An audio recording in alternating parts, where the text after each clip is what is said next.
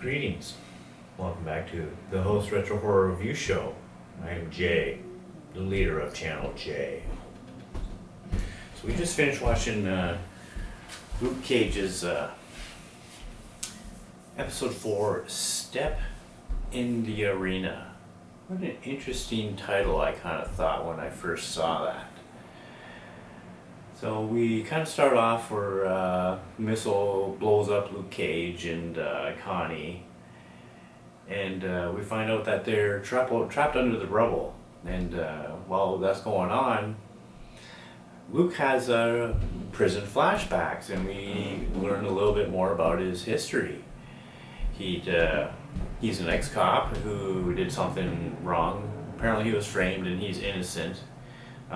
He befriends a prisoner and the psychologist in prison there.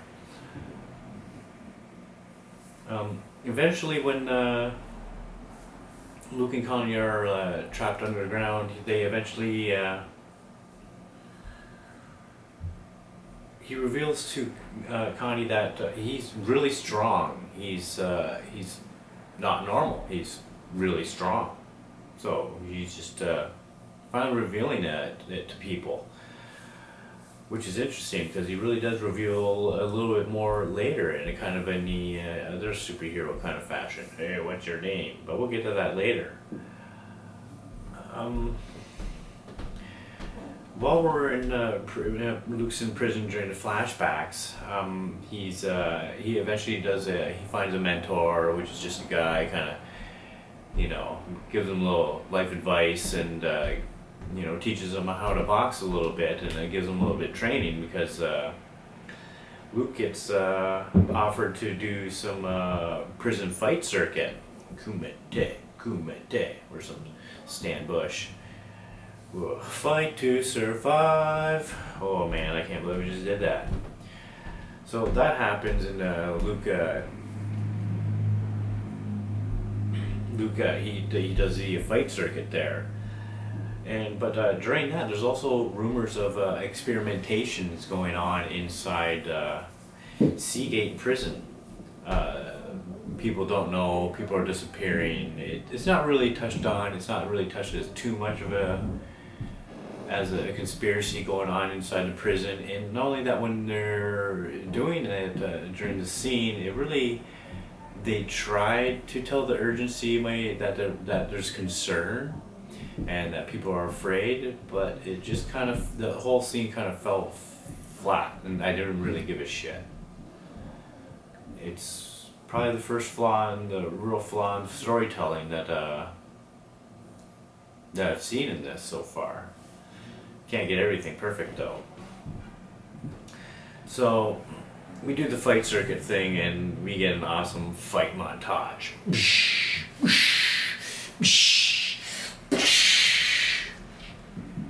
Yeah, it's pretty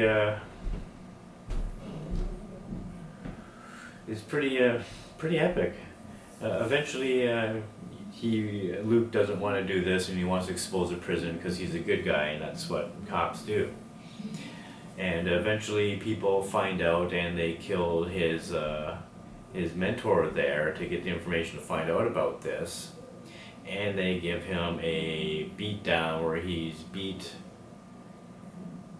to an inch of his life, to where he's in the infirmary, where the doctor says he doesn't really have a chance, he won't survive being moved. And it's kind of heartbreaking. But eventually the psychologist talks to the doctor, and Luke gets thrown into this experimental healing chamber. Corporations, experimental healing chamber. Marvel. I guess there's only so many ways you make superheroes, and I guess this is one of the explanations for this one. Chemicals being dumped on your eyes, just being born immortal. Man. Anyways, the experiment goes on, and the boss man, the prison head of the prison guards there, discovers this, and actually he's the one that arranged the beating for Luke to be beat down to an inch of his life, and he doesn't like it, so he tries to kill Luke while he's in the healing chamber, and that kind of goes all awry, and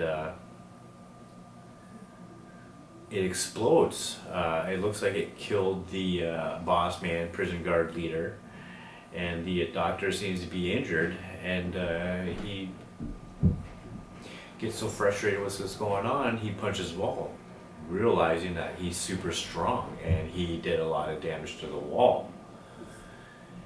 From there on, there's kind of like another little montage going on from Luke punching through the prison walls, and going back to the scenes of Luke punching all the concrete falling down around him in the restaurant, and it's kind of like going back and forth, back and forth, back and forth. And it's kind of pretty funny, because he eventually escapes, and the best part about it is when he does escape from prison, there's a scene where he's running around, he grabs a yellow shirt, has some funny jeans, has the little headband on from the experimental healing chamber thing, and it was paying homage to how Power Man is dressed in the early Marvel comics. Really silly looking, but it kind of really pays off, because I was really kind of thought that was really funny, really paying homage to how ridiculous everybody gets dressed up back in the days. The X-Men did it. I'm pretty sure a few others, but I just can't name that crap. But yeah, he kind of says a sweet Christmas once he realizes he's the man. And there's a little thing about Luke 4:18. That's why he kind of took his first name as Luke Cage, because now, as he escaped from prison, he had to change his name from whatever previous was as a cop to what it is now. And so he chose Luke Cage, and yeah, he learns he's a badass, and I think he's finally realizing, hey, this is my calling. I'm a superhero. I'm a badass. You know what, guys? A moment for Pops. We're done this review.